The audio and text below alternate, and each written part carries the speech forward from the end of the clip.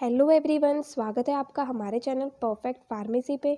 मैं हूं सुनीता कंवर और आज की वीडियो के अंदर हम फार्मास्यूटिकल माइक्रोबायोलॉजी जो है इसकी 5th यूनिट स्टार्ट करने वाले हैं। इससे पहले हम चारों यूनिट्स जो है वो ऑलरेडी डिस्कस कर चुके हैं। उसकी वीडियोस जो है वो आप फार्मास्यूटिकल माइक्रोबायोलॉजी के प्लेलिस्ट में जाकर के देख सकते हैं। वहाँ पर आपको सारी की सारी वीडियोज़ जो है वो मिल जाएंगी।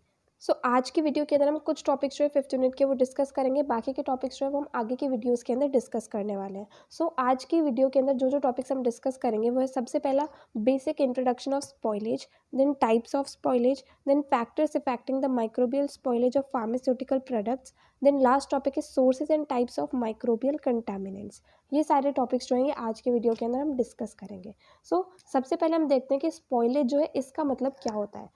तो spoilage is referred as change in physical and chemical properties of pharmaceutical and drug products in such a way that they are not suitable for use.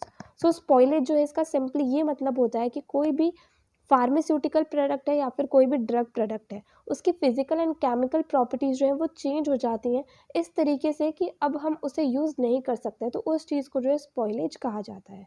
तो ये तो इसकी मेडिकल डेफिनेशन हो गई, बट अगर सिंपली हम देखें तो स्पॉइलेज इस वर्ड का मतलब ये होता है सड़ना। मतलब कोई भी चीज़ ख़राब हो गई उस चीज़ को जो है स्पॉइलेज कहा जाता है। जब फार्मास्यूटिकल प्रोडक्ट्स या फिर जो ड्रग प्रोडक्ट्स होते हैं इसकी physical and chemical properties change हो जाती है, इस तरीके से चेंज हो जाती है कि अब हम उसे जिस चीज़ के लिए हम पहले यूज़ करते थे उसके लिए हम नहीं कर सकते, एंड वो चीज़ जो है वो ख़राब हो चुकी है, तो उस चीज़ को जो है स्पॉइलेज कहा जाता है।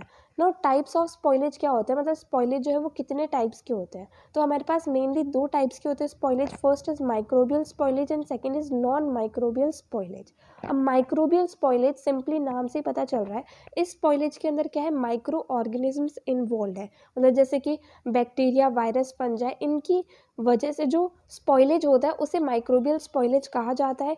वहीं दूसरी तरफ जो नॉन माइक्रोबियल स्पॉइलेज होता है इसके अंदर माइक्रो ऑर्गेनिजम्स का कोई रोल नहीं रहता। इसके अंदर जो स्पॉइलेज होता है वो अलग रीजंस की वजह से होता है। अब इसके 3 टाइप्स हैं हमारे पास, enzymatic, physical and chemical, and इसके भी और सब टाइप्स हैं वो हम अभी आगे डिस्कस करेंगे। सबसे पहले हम डिस्कस करेंगे माइक्रोबियल स्पॉइलेज के बारे में, ठीक है। माइक्रोबियल स्पॉइलेज के नाम से ही सिंपली पता चल रहा है कि इसके अंदर क्या है कि जो कोई चीज़ ख़राब हो रही है वो माइक्रो ऑर्गेनिजम्स की वजह से हो रही है। तो इसकी डेफिनेशन क्या हो जाएगी, the process of deterioration of pharmaceutical products by the contaminant microbes is known as microbial spoilage. मतलब किसी भी फार्मास्यूटिकल प्रोडक्ट का ख़राब होना माइक्रोब्स की वजह से जो है उसे माइक्रोबियल स्पॉइलेज कहा जाता है। अब कोई भी फार्मास्यूटिकल प्रोडक्ट है उसे माइक्रोबायोलॉजिकली स्पॉइल्ड कब माना जाता है, मतलब कोई भी एक फार्मास्यूटिकल प्रोडक्ट है वो ख़राब हुआ है माइक्रो ऑर्गेनिजम्स की वजह से, ये हम तब कहते हैं जब उसके अंदर कम क्वांटिटी के अंदर जो है पैथोजेनिक माइक्रोब्स प्रेजेंट होते हैं, या फिर उसके अंदर क्या होता है कि टॉक्सिक माइक्रोबियल मेटाबोलाइट्स, मतलब जो माइक्रो ऑर्गेनिजम्स है उनके द्वारा जो टॉक्सिक चीज़ें रिलीज होती हैं वो चीज़ अगर उसके अंदर प्रेजेंट होती है तो हम ये कहते हैं कि जो हमारे पास में फार्मास्यूटिकल प्रोडक्ट है वो माइक्रोबायोलॉजिकली स्पॉइल्ड हो चुका है, एंड उसके अंदर कुछ ना कुछ फिजिकल या फिर केमिकल चेंजेस जो है वो भी देखने को मिलते हैं। नाउ जो ये माइक्रोबियल स्पॉइलेजेस के 4 टाइप्स है हमारे पास में। सबसे पहला आता है infection induced by contaminated pharmaceutical products. मतलब इसके अंदर क्या होगा, कोई एक फार्मास्यूटिकल प्रोडक्ट है वो पहले से कंटामिनेटेड है, उसकी वजह से जो इन्फेक्शन इंड्यूस हुआ है, ये इसका फर्स्ट टाइप है। जो फार्मास्यूटिकल प्रोडक्ट्स होते हैं वो पैथोजेनिक माइक्रो ऑर्गेनिजम्स के द्वारा कंटामिनेट हो सकते हैं, या तो क्या हो गया कि रॉ मटेरियल जो है उसी के अंदर माइक्रो ऑर्गेनिज्म प्रेजेंट है, या फिर जब मैन्युफैक्चरिंग प्रोसेस हो रहा है फार्मास्यूटिकल प्रोडक्ट का उस टाइम उसके अंदर किसी तरीके से जो माइक्रो ऑर्गेनिज्म है वो एंटर कर जाते हैं। तो इन सब रीजंस की वजह से क्या है कि फाइनल फार्मास्यूटिकल प्रोडक्ट जो है उसके अंदर इन्फेक्शन हो सकता है, वो जो है वो कंटामिनेट हो सकता है। जैसे कि इसका एक एग्जाम्पल होता है स्यूडोमोनास एरियोजिनोसा जो है, इसकी वजह से क्या होता है, अगर ये ऑफ्थेल्मिक प्रिपरेशंस के अंदर प्रेजेंट होता है तो उससे पेशेंट के अंदर जो है सीवियर आई इन्फेक्शंस हो जाते हैं। मतलब उनकी आँख जो है वो बहुत ज़्यादा ख़राब हो जाती है अगर वो इस आई ड्रॉप को यूज़ कर लेते हैं जिसके अंदर स्यूडोमोनास एरियोजिनोसा जो है वो प्रेजेंट होता है। तो नेक्स्ट टाइप हमारे पास आता है chemical and physico chemical deterioration of pharmaceutical products. इसमें क्या हुआ कि जो फार्मास्यूटिकल प्रोडक्ट है उसका या तो केमिकली वो डेटोरेट हो गया या फिर उसका जो है फिजिको केमिकल डेटोरेशन हो गया। तो इसका मतलब क्या हुआ, माइक्रोबियल कंटामिनेशन की वजह से जो फिजिकल एंड केमिकल प्रॉपर्टीज़ है वो फाइनल प्रोडक्ट की चेंज हो गई, तो जब माइक्रोब्स की वजह से उसकी physical and chemical properties change हो गई किसी भी फार्मास्यूटिकल प्रोडक्ट की, तो उसकी वजह से वो जो है जो एक्शन वो प्रोड्यूस करता था वो एक्शन वो प्रोड्यूस नहीं कर पाएगा। अब जैसे कोई भी ड्रग होती है तो उसकी जो डिग्रेडेशन रेट होती है वो उसके केमिकल स्ट्रक्चर के ऊपर डिपेंड करती है और उसकी फिजिको केमिकल प्रॉपर्टीज़ के ऊपर भी डिपेंड करती है। बट जब ये प्रॉपर्टीज़ ही चेंज हो जाएगी, chemical properties and physico chemical properties ये चेंज हो जाएगी, तो उसकी वजह से क्या होगा कि जो ड्रग है उसकी डिग्रेडेशन रेट के ऊपर भी फ़र्क आएगा। तो इस वजह से ओवरऑल क्या होगा कि जो फार्मास्यूटिकल प्रोडक्ट है वो ख़राब हो जाएगा माइक्रोब्स की वजह से। नेक्स्ट पॉइंट हमारे पास आता है ingredient subjected to microbial attack. तो क्या होता है कि फार्मास्यूटिकल प्रोडक्ट जो होता है उसके अंदर कुछ ऐसे इंग्रेडिएंट्स यूज़ होते हैं जो कि माइक्रोब्स के द्वारा जो है बहुत ही ईजिली अटैक हो जाते हैं, जैसे कि ह्यूमेक्टेंट्स हो गए, फैट्स एंड ऑयल्स हो गए, sweetening, flavouring and colouring agents हो गए, पोटेंट थेरापेटिक एजेंट्स हो गए, प्रिजर्वेटिव्स हो गए, डिसइंफेक्टेंट्स हो गए। ये कुछ ऐसे एजेंट्स होते हैं, ऐसे इंग्रेडिएंट्स होते हैं जो ईजिली इनके ऊपर जो है माइक्रो ऑर्गेनिजम्स वो अटैक कर जाते हैं। जैसे कि सबसे पहले हम ह्यूमेक्टेंट्स की बात करें तो ग्लिसरॉल एंड सॉर्बिटॉल जो है ये ह्यूमेक्टेंट्स की तरह काम करते हैं। तो जब इनकी कंसंट्रेशन ज़्यादा हो जाती है किसी भी फार्मास्यूटिकल फॉर्मुलेशन के अंदर, तो उससे क्या होता है कि ये माइक्रो ऑर्गेनिजम्स के ग्रोथ को सपोर्ट करते हैं। नेक्स्ट हमारे पास आते हैं फैट्स एंड ऑयल्स। ये क्या होते हैं, ये भी बहुत ज़्यादा जो माइक्रोबियल अटैक है उससे ये ससेप्टेबल होते हैं, बहुत ही ईजिली जो इनके ऊपर माइक्रो ऑर्गेनिजम्स जो है वो अटैक कर जाते हैं। नेक्स्ट आते हैं sweetening, flavouring and colouring agents. तो हमें पता है कि किसी भी फार्मास्यूटिकल प्रोडक्ट के अंदर एक ना एक sweetening agent, then flavouring agent and colouring agent, ये तीनों ही चीज़ें ऐड होती हैं। तो इनकी वजह से क्या होता है, माइक्रो ऑर्गेनिजम्स का उनके ऊपर अटैक जो है वो ईजिली हो जाता है। जैसे कि स्वीटनिंग एजेंट के रूप में हम शुगर को यूज़ करते हैं, तो शुगर की वजह से क्या होता है, माइक्रो ऑर्गेनिजम्स का अटैक ईजी हो जाता है। फ्लेवरिंग एजेंट के रूप में हम पेपरमिंट वाटर, क्लोरोफॉर्म वाटर इन्हें यूज़ करते हैं, तो इनकी वजह से भी माइक्रो ऑर्गेनिजम्स का जो अटैक है वो ईजी हो जाता है। एंड कलरिंग एजेंट के रूप में हम एमेरेंथ को, टाट्राजीन को, इनको यूज़ करते हैं, तो इनके लिए भी क्या होता है, इनकी वजह से जो बैक्टीरिया एंड ईस्ट की ग्रोथ है वो बहुत ही ईजिली होती है। नेक्स्ट आता है पोटेंट थेरापेटिक एजेंट्स। तो इसके अंदर क्या होता है कि इनकी वजह से भी, जैसे किसी थेरापेटिक एजेंट को हम यूज़ करते हैं तो उसकी वजह से भी क्या होता है कि माइक्रो ऑर्गेनिजम्स का अटैक जो है वो ईजी हो जाता है। जैसे कि हम एस्पिरिन का सिंथेसिस करते हैं तो इसमें क्या होता है कि सैलिसाइलिक एसिड जो है उसका फॉर्मेशन हो जाता है बीच में, जो कि इरिटेंट नेचर का होता है। देन अगर हम पेनिसिलिन जो है उसका फॉर्मेशन करें तो उससे क्या होगा कि कुछ इनएक्टिव प्रोडक्ट्स जो है उनका फॉर्मेशन हो जाता है, ठीक है। नेक्स्ट हमारे पास आते हैं प्रिजर्वेटिव्स एंड डिसइंफेक्टेंट्स। प्रिजर्वेटिव्स को यूज़ करा जाता है जिससे कि जो फाइनल प्रोडक्ट है वो ख़राब ना हो एंड ज़्यादा टाइम तक जो है वो सही स्टेट में स्टोर रह सके। तो जो प्रिजर्वेटिव्स एंड डिसइंफेक्टेंट्स होते हैं इनकी वजह से भी क्या होता है कि बैक्टीरिया हो गए या फिर किसी भी तरह के माइक्रो ऑर्गेनिजम्स हो गए, उनकी ग्रोथ जो है बहुत ही ईजिली होने लग जाती है। नेक्स्ट जो टाइप आता है हमारे पास माइक्रोबियल स्पॉइलेज का, वो है observable effects of microbial attack in pharmaceutical products. मतलब फार्मास्यूटिकल प्रोडक्ट्स के ऊपर माइक्रो ऑर्गेनिजम्स का अटैक हुआ है और उसकी वजह से कुछ ऑब्जर्वेबल इफेक्ट्स आते हैं। जैसे कि क्या होता है, उसका टेस्ट खराब हो जाता है या फिर उसके अंदर कुछ अलग तरह की स्मेल आने लग जाती है। तो ये जो है ये भी एक माइक्रोबियल स्पॉइलेज का टाइप है। ना नेक्स्ट आता है हमारे पास में नॉन माइक्रोबियल स्पॉइलेज। इसके अंदर क्या होता है कि बिना माइक्रो ऑर्गेनिजम्स के इन्वॉल्वमेंट के कोई भी फार्मास्यूटिकल प्रोडक्ट जो है वो ख़राब हो जाता है। अब ये हमारे पास 3 टाइप्स का आता है, जिसके अंदर फर्स्ट टाइप हमारे पास है एंजाइमेटिक स्पॉइलेज।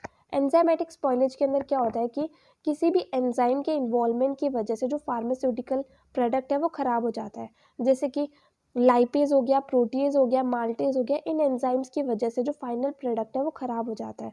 जैसे यहाँ पर हमने एग्जांपल लिखा हुआ है कि लिपिड जो है उसका हाइड्रोलाइसिस हो जाता है लाइपेज एंजाइम की वजह से, तो इस चीज़ को जो है एंजाइमेटिक स्पॉइलेज कहा जाता है। Next is physical spoilage. इसके अंदर क्या होता है, ये स्पॉइलेज होता है फिजिकल फैक्टर्स की वजह से, जैसे कि टेम्परेचर हो गया, प्रेशर हो गया, मॉइस्चर हो गया। जैसे यहाँ पर इसका एग्जांपल दिया हुआ है कि सॉल्ट्स जो होते हैं वो मॉइस्चर या फिर जो वाटर प्रेजेंट होता है उसकी वजह से वो ख़राब हो जाता है। नेक्स्ट आता है केमिकल स्पॉइलेज। इसके अंदर क्या होता है कि ये स्पॉइलेज किसी भी केमिकल रिएक्शन की वजह से होता है, जैसे कि ऑक्सीडेशन रिएक्शन हो गई, रिडक्शन रिएक्शन हो गई, इसकी वजह से जो स्पॉइलेज होता है या इसकी वजह से जो फार्मास्यूटिकल प्रोडक्ट खराब होता है वो आता है केमिकल स्पॉइलेज के अंदर, ठीक है। सो ये था टाइप्स ऑफ स्पॉइलेज, जिसके अंदर हमने डिस्कस करा माइक्रोबियल स्पॉइलेज एंड उसके types, and non microbial spoilage and उसके टाइप्स। नेक्स्ट टॉपिक हमारे पास आता है factors affecting the microbial spoilage of pharmaceutical products. मतलब कोई एक फार्मास्यूटिकल प्रोडक्ट है, ठीक है, उसके ऊपर माइक्रोबियल स्पॉइलेज हो गया, मतलब माइक्रो ऑर्गेनिजम्स जो है उनकी वजह से वो प्रोडक्ट जो है वो ख़राब हो गया, तो उसे इफेक्ट करने वाले फैक्टर्स कौन कौन से होते हैं। सबसे पहला फैक्टर हमारे पास आते हैं न्यूट्रिशनल फैक्टर्स।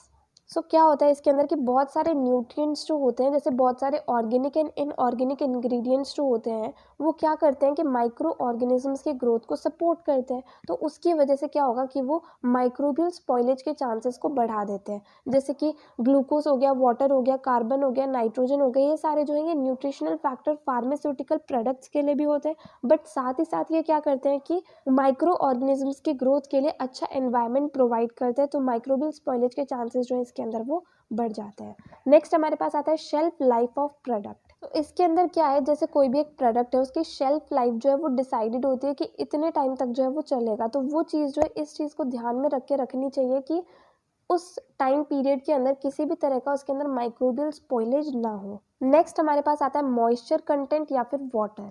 तो जब हम किसी भी फार्मास्यूटिकल प्रोडक्ट का सिंथेसिस करते हैं तो उसके अंदर कहीं ना कहीं वाटर का इन्वॉल्वमेंट रहता है एंड मॉइस्चर कंटेंट भी उसके अंदर रहता ही है। तो माइक्रो ऑर्गेनिजम्स क्या होते हैं, उन्हें ग्रो करने के लिए वाटर या फिर मॉइस्चर की ज़रूरत होती है।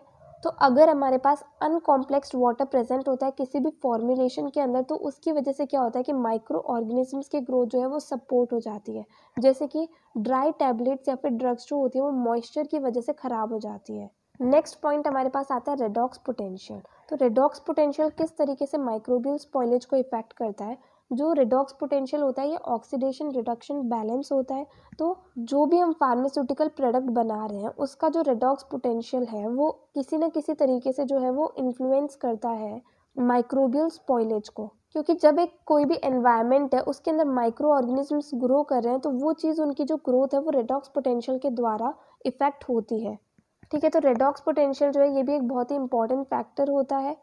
नेक्स्ट हमारे पास आता है स्टोरेज टेम्परेचर। तो स्टोरेज टेम्परेचर जो है वो हमें कुछ इस तरीके का रखना होगा जो कि माइक्रो ऑर्गेनिजम्स के ग्रोथ को सपोर्ट ना करे, क्योंकि माइक्रो ऑर्गेनिजम्स के ग्रोथ के लिए भी एक फिक्स टेम्परेचर होता है, मतलब एक ऑप्टिमम टेम्परेचर होता है जिसके अंदर माइक्रो ऑर्गेनिज्म बहुत ही अच्छे से ग्रो करते हैं। तो अगर हम वो वाला टेम्परेचर प्रोवाइड करेंगे स्टोरेज के टाइम, तो माइक्रो ऑर्गेनिजम्स जो है वो बहुत ही ईजिली वहाँ पर ग्रो हो जाएंगे। जैसे कुछ हमारे पास फार्मास्यूटिकल प्रोडक्ट्स होते हैं, जैसे कि आई ड्रॉप्स हो गए, उनके ऊपर ये इंस्ट्रक्शन लिखा आता है स्टोर इन कूल प्लेस। तो उन्हें ठंडी जगह पे रखने के लिए इसलिए कहा जाता है जिससे कि उसके अंदर जो माइक्रो ऑर्गेनिजम्स का कंटामिनेशन है वो कम से कम हो। नेक्स्ट आता है पीएच। तो पीएच जो है ये भी सेम जैसे टेम्परेचर इफेक्ट करता है वैसे ही पीएच इफेक्ट करता है। कुछ माइक्रो ऑर्गेनिजम्स जो होते हैं उनका ऑप्टिमम पीएच होता है जिसके अंदर वो मैक्सिमम ग्रो करते हैं। तो हमें ये ध्यान रखना है कि हमें फार्मास्यूटिकल प्रोडक्ट को ऐसे पीएच पर स्टोर नहीं करना है जो पीएच जो है वो ऑप्टिमम पीएच हो माइक्रो ऑर्गेनिजम्स की ग्रोथ के लिए। सो ये सारे फैक्टर्स जो हैं ये इफेक्ट करते हैं microbial spoilage of pharmaceutical product को। नाउ नेक्स्ट टॉपिक हमारे पास आता है sources and types of microbial contaminants. So microbial contaminants का मतलब क्या हुआ कि माइक्रो ऑर्गेनिजम्स की वजह से जो फार्मास्यूटिकल प्रोडक्ट खराब हुआ तो उसके सोर्सेज क्या क्या हो सकते हैं और उसके टाइप्स क्या हो सकते हैं। सो इन दोनों के लिए सेम ही चीज़ें आएंगी। ये 7 पॉइंट्स जो हैं यही इनके सोर्सेज हैं एंड यही जो है इनके टाइप्स होंगे माइक्रोबियल कंटामिनेंट्स के। सो फर्स्ट हमारे पास आता है atmosphere, second is water, third is raw materials, fourth is process operators, fifth is equipment, sixth is packing and seventh is buildings. So सबसे पहला सोर्स एंड टाइप जो है माइक्रोबियल कंटामिनेंट्स का वो हमारे पास आता है एटमॉस्फेयर। एटमॉस्फेयर का मतलब होता है अपना एनवायरनमेंट या अपने चारों तरफ की जो जगह उसे हम एटमॉस्फेयर कहते हैं। तो हमें पता है कि एटमॉस्फेयर के अंदर बहुत अलग अलग टाइप के माइक्रो ऑर्गेनिजम्स जो है वो प्रेजेंट होते हैं। तो इसलिए क्या है एटमॉस्फेयर जो है ये बहुत ही ज़्यादा नॉर्मल सा सोर्स हो सकता है माइक्रोबियल कंटामिनेंट्स का। किसी भी फार्मास्यूटिकल प्रोडक्ट के अंदर माइक्रोब्स जो है एटमॉस्फेयर में से ईजिली ऐड हो सकते हैं। तो इसीलिए हमने पिछली यूनिट के अंदर laminar flow, equipments, aseptic area ये सारी चीज़ें डिस्कस करी थी, जिससे कि क्या होगा कि माइक्रोब्स का कंटामिनेशन जो है फार्मास्यूटिकल प्रोडक्ट्स के अंदर कम से कम हो। नेक्स्ट आता है वाटर। तो वाटर जो है ये मोस्ट कॉमन सोर्स है माइक्रोबियल कंटामिनेंट का, क्योंकि वाटर को हर एक प्रिपरेशन के अंदर हमें यूज़ करना ही होता है। अब वाटर के अंदर अलग अलग तरह के माइक्रो ऑर्गेनिजम्स मिलते हैं, इस वजह से क्या होता है कि हम स्टेराइल वाटर को यूज़ करते हैं जिससे कि माइक्रो ऑर्गेनिजम्स जो हैं वो फाइनल प्रोडक्ट के अंदर एंटर ना करें। नेक्स्ट आते हैं रॉ मटेरियल। रॉ मटेरियल जो है ये स्टार्टिंग मटेरियल होता है किसी भी फार्मास्यूटिकल प्रोडक्ट के सिंथेसिस के अंदर। तो हमें रॉ मटेरियल जो बहुत ही ध्यान से सेलेक्ट करना चाहिए, उसे स्टेराइल करके ही यूज़ करना चाहिए, क्योंकि अगर रॉ मटेरियल जो है उसी से ही माइक्रोब्स जो है वो एंटर हो गए तो फाइनल प्रोडक्ट जो है वो कंटामिनेटेड होगा ही।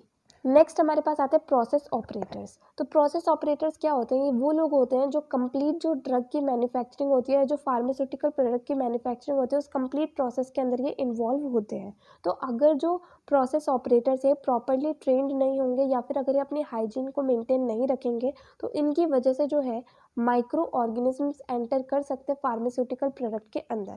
तो इसलिए क्या होता है कि जो प्रोसेस ऑपरेटर्स होते हैं वो हमेशा उन्हें अच्छे से प्रॉपरली ट्रेन करा जाता है एंड उन्हें एक प्रॉपर अलग से यूनिफॉर्म दी जाती है, उन्हें हाइजीन मेंटेन करने को कहा जाता है, तभी जो फाइनल प्रोडक्ट है वो प्रॉपरली सिंथेसाइज होता है। नेक्स्ट सोर्स हमारे पास आता है इक्विपमेंट। तो इक्विपमेंट जो है, अगर इसे टाइम टू टाइम स्टेरिलाइज नहीं करेंगे तो इसके ऊपर भी माइक्रो ऑर्गेनिज्म जो है वो ग्रो करने लग जाएंगे एंड जिसकी वजह से फाइनल प्रोडक्ट के अंदर भी माइक्रो ऑर्गेनिज्म जो है वो एंटर कर सकते हैं। नेक्स्ट आता है पैकिंग। अब पैकिंग का जो प्रोसेस होता है, अगर उस टाइम अच्छे से ध्यान नहीं रखा जाए या फिर जो पैकिंग करने वाली जो इक्विपमेंट है उसे अच्छे से स्टेरिलाइज नहीं किया जाए, तो वहाँ से भी जो माइक्रो ऑर्गेनिजम्स हैं उसके एंटर होने के चांसेस बढ़ जाते हैं। नेक्स्ट आता है बिल्डिंग्स। अगर बिल्डिंग जो है जिसके अंदर कंप्लीट जो फार्मास्यूटिकल प्रोडक्ट की मैन्युफैक्चरिंग चल रही है, अगर वो बिल्डिंग जो है वो प्रॉपरली बनाई हुई नहीं है, जैसे कि उसके अंदर सीलिंग्स, रूफ, ये सब चीज़ें स्मूथ नहीं है, तो उसके अंदर क्या होगा, माइक्रो ऑर्गेनिजम्स डिपॉजिट हो जाएंगे एंड वो इनडायरेक्टली कैसे ना कैसे करके क्या होंगे, फार्मास्यूटिकल प्रोडक्ट के अंदर एंटर हो जाएंगे। तो इन सभी सोर्सेज से जो है माइक्रो ऑर्गेनिजम्स जो है वो फाइनल प्रोडक्ट के अंदर एंटर होने के चांसेस हैं एंड ये सारे के सारे जो है माइक्रोबियल कंटामिनेंट्स के सोर्सेज एंड टाइप्स हैं। तो जब फार्मास्यूटिकल प्रोडक्ट का सिंथेसिस करा जाता है तो इन सारे के सारे पॉइंट्स को जो है बहुत ही अच्छे से ध्यान में रखा जाता है कि इन सभी पॉइंट्स की वजह से किसी भी तरह का माइक्रोबियल कंटामिनेशन ना हो एंड फाइनल प्रोडक्ट जो है वो माइक्रो ऑर्गेनिज्म से फ्री बने। सो यहाँ पर जो है हमारे आज के टॉपिक्स कंप्लीट होते हैं। बाकी के टॉपिक्स जो है वो हम नेक्स्ट वीडियो के अंदर डिस्कस करेंगे। अगर आपको इस वीडियो के अंदर कोई भी डाउट आया तो आप कमेंट सेक्शन में पूछ सकते हैं एंड अगर आपको ये वीडियो हेल्पफुल लगी हो तो प्लीज़ आप इस वीडियो को लाइक करना, ज़्यादा से ज़्यादा लोगों को शेयर करना और चैनल को सब्सक्राइब करना। थैंक यू सो मच इस वीडियो को एंड तक देखने के लिए एंड चैनल को सपोर्ट करने के लिए।